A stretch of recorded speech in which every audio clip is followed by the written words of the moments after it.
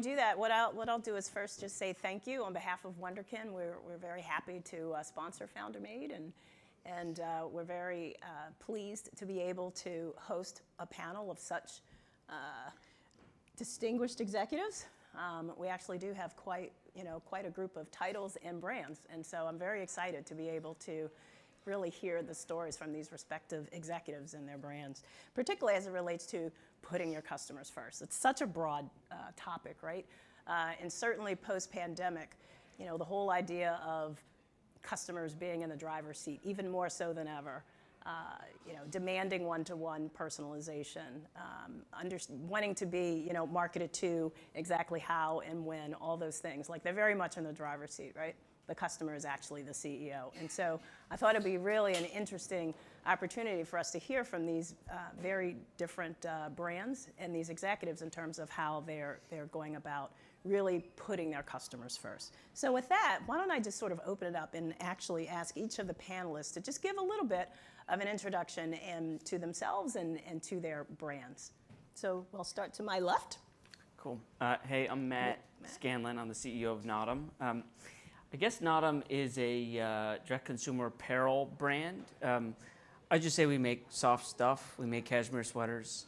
People seem to like them. We've been around for 7 or 8 years, mostly direct-consumer, although we sell wholesale, private label.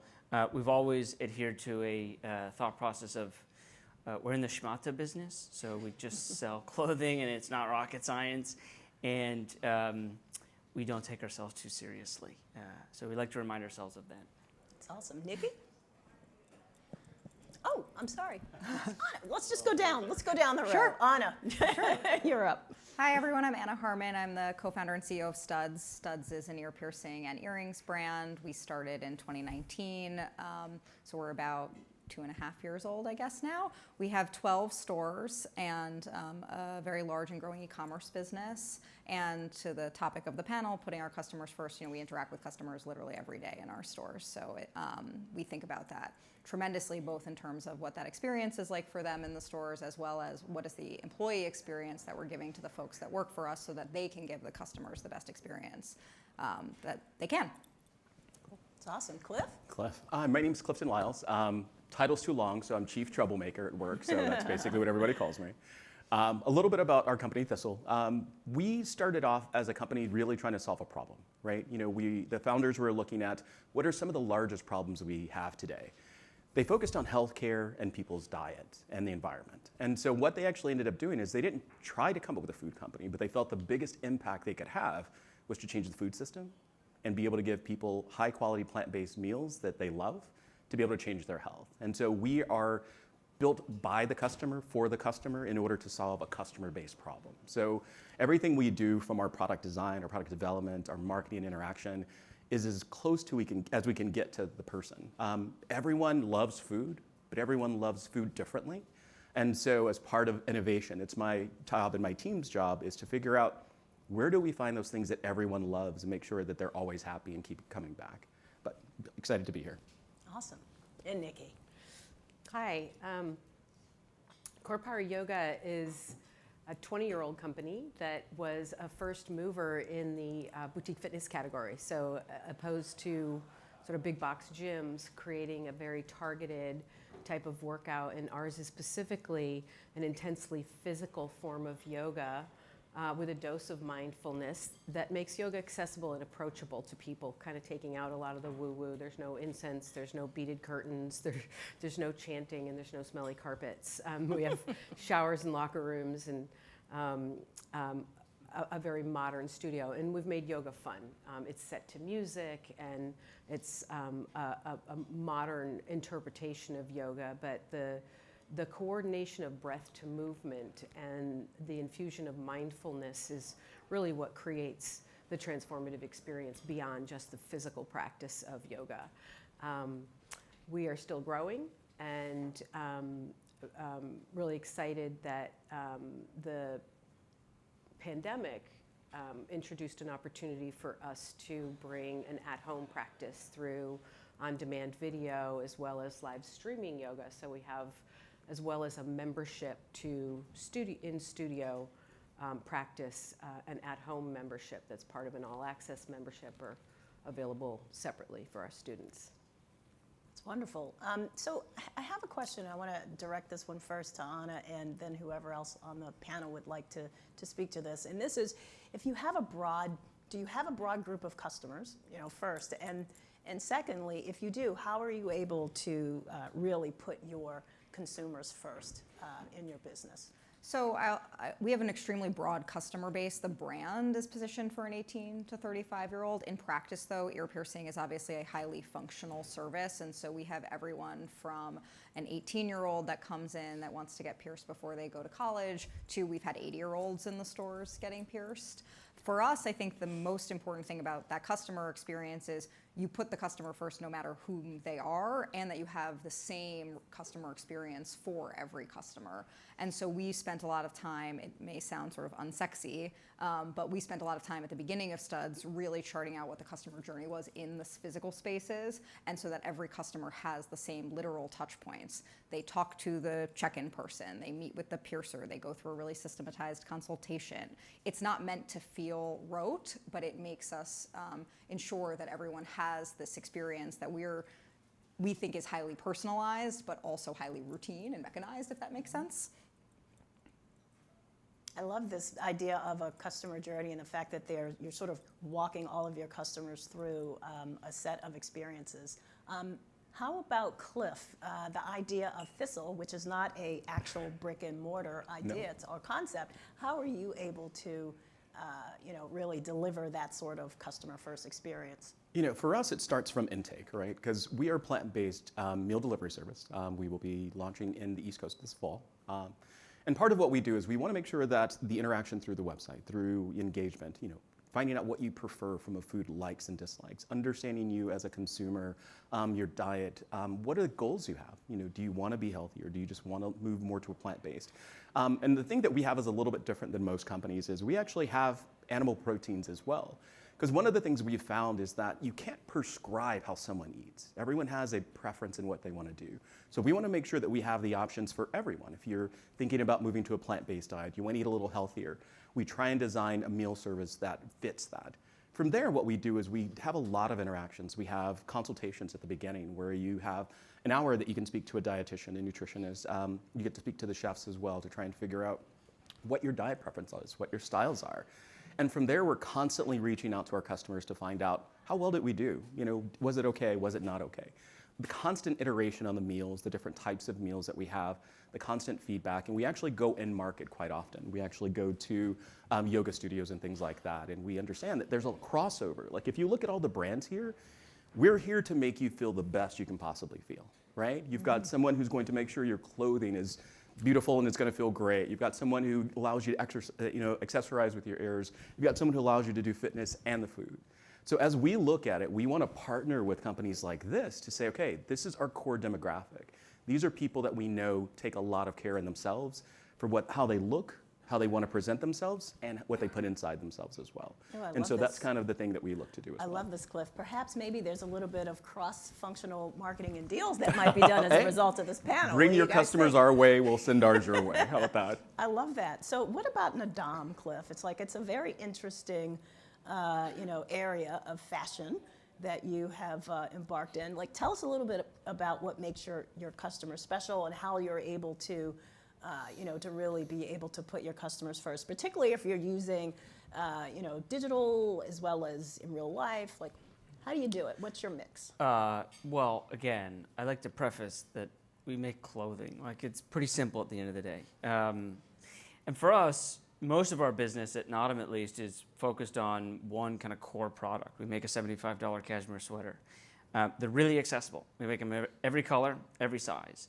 So for us, we don't specifically, for the most part, lead with product as a specialized customer first thing. What we focus on is a value system that is customer first. That's where we started Nottam. I don't know if anybody knows the story, but I'll take 2 minutes and I'll share it. When we first started this, it was because I ended up in the middle of the Gobi Desert living with a family of nomadic herders 7 years ago by accident. And I spent a month there, sleeping on the floor, no electricity, no running water. And this family kind of took me in, and I fell in love with the culture. I fell in love with the people, and simply just wanted to find a way to create a more equitable circumstance for them, because they were at the very base of a supply chain that was focused on essentially keeping them down, right? There were these brokers and trade systems that paid unfair prices in a fixed market scenario. So I kind of thought that that was bullshit, and we wanted to find a way to make things more equal. I had also had an experience while I was there, and I know how this sounds, so take it with a grain of salt, but I was a sheltered Jewish kid from Westport, Connecticut. Hadn't really had an experience like this before, and I had this realization that it doesn't matter where you are in the world or who you're with. If you're with people, you're with people. Like, all human beings are equal. And that hadn't really, in a profound way, settled on me. And when we launched our business, it was built on this common theme of equity. Find solutions that are equitable. And certainly there are business circumstances that that make sense in, but also when you're talking to your customer, equity first. Focus on what makes you similar rather than different. And so we translate that experience to our customer conversations, and we have an ongoing kind of discourse. The product, and I know how this sounds, it's secondary for me. It's just a cashmere sweater. Like, everyone in here can have one.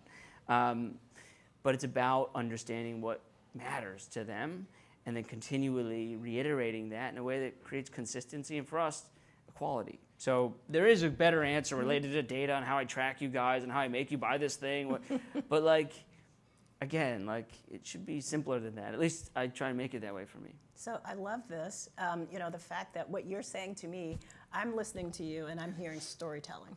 I'm hearing heartfelt storytelling of the brand that's really authentic. What, are you going to buy a sweater? You. I actually have the tab open from last night. I did my research and I'm like, I don't have one of these. So yes, I will be a customer. Good. All right. But now I'm kind of curious. I'm going to look down at Nikki and say, how are you with Core Power Yoga? What is the authentic storytelling that really resonates with with your consumers? How do you get them to love going back again and again to your studios?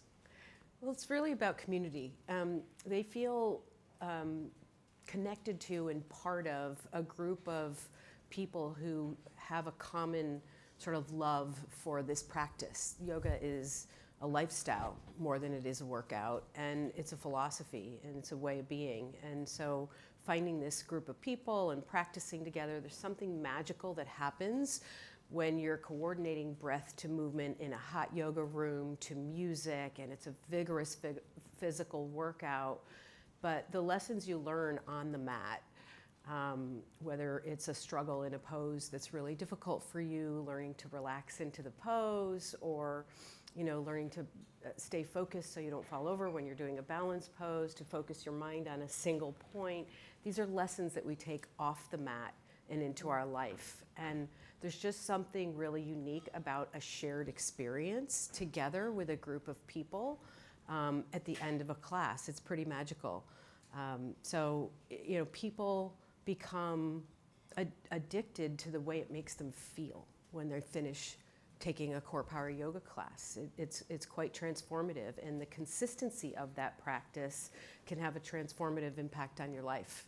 Oh, I love that. Anna, what about you? I mean, this idea of storytelling, and what's authentic at the core of how you are able to actually put customers first based on the brand, and how do you pitch that to your investors as well as to your to your community of customers? Sure. So I think, I would say two things. One, I always use this phrase when we're talking to anyone about the brand, which is no one's getting their ears pierced to have holes in their ears. They're getting the ears, right? You're getting your ears pierced to tell the world something about yourself. It doesn't have to be that serious, but sometimes it is.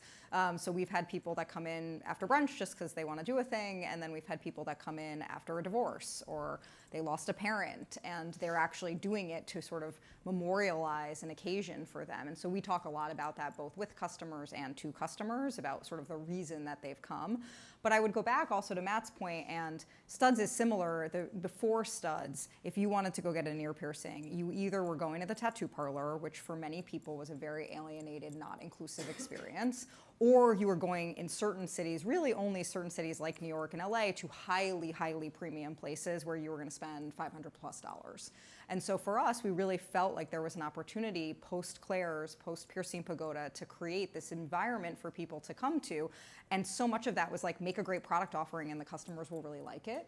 It's similarly to the $75 sweater, right? And so if you make the right thing for them, they're going to be excited. And in fact, they were, so it worked. I think this is great. I mean, to me, these are some of the nuggets that can really be translated for any of the respective brands that you all are working on, particularly post-pandemic. I mean, this idea of really sort of understanding and being able to tell the story of why you exist, that actually needs to be, that fine point sharpened even before, because customers are actually kind of expecting it in order for them to feel motivated to engage with your product in any form or fashion. What about anyone else wants to, talk about that in general? Cliff, do you have any ideas? I would say like for Thistle, our storytelling again is really around, the old expression that you are what you eat, right? I think we're going through a time where global warming is a real thing. Climate change is a real thing. The impact of agriculture on the environment is a very real thing. It's not something that most people know about, just how raising cattle, how much, greenhouse gases that releases, how, ag in the way that it's being done now, just the water usage that has to do with that. And so as the founders were looking at this and looking at people's diets, we've got obesity, high blood pressure, hypertension, diabetes, everything going through the roof. And so there's a direct correlation in the way that we grow food, the way we harvest food, the way we process, deliver, make, and give it to people, that is making it so that we have these horrible health outcomes. And so as the founders were looking at it, and they were like, okay, let's just take it to the bare minimum. Let's take it to the simplest form possible. Let's take clean ingredients, plant-based, and let's get people to eat more. And everyone's tried to do this. And the biggest problem is most people don't want food that doesn't taste good, right? And so we had to make a product that people love, that tastes as good as any place you could go and grab a burger or a steak or anything like that, and you felt as satiated, as satisfied. And the flavors were as rich and flavorful as you would get somewhere else. And so our success has really been built on working with our customers to understand, how do we translate plants, satiation, fulfillment, delight, experience with food, to plants and people. And so we've done a really good job in being able to crack the code on that, find out where the things cross over, where people really enjoy. And so for us, our story is really about, we want to make sure that we take care of the environment as well as we can. It's the only planet we have. We want our kids, our kids' kids, our kids' kids' kids to be able to enjoy it in the way that we have. And Awesome. Simultaneously, we want to make it so that people get to live long enough to see their kids' kids, and their kids' kids. And so for us, it's really about just making it and paying it forward. I love it. So let's talk a little bit in terms of giving some tools or some really great ideas, big ideas that you guys have had as it relates to campaigns recently. Nikki, is there any sort of campaign that you would want to share that perhaps you guys have been particularly proud of? It can either be in-store, it could be digital. It's, what are all the different levers? Because I'm sure as we speak to the rest of the panel, we're all pulling different levers for our respective brands. Yeah. Well, a couple of different things. One, I have a long history. The bulk of my career was in hospitality. So bringing the principles of hospitality into a boutique fitness experience. So beyond what happens on the mat that I already talked about, it's every single touch point that our student experiences with us, that we're living out. There are 8 limbs of yoga and principles in yoga that the brand and the student experience is living out those limbs of yoga, that we're expressing them and bringing them to people. And a couple examples might be, one of them is ahimsa, which is do no harm. That's one of the basic philosophies in yoga. And so the way we operate our studios, the way we're building out our studios, doing no harm to the planet, minimizing any harm that we do in our footprint, karma yoga, giving back.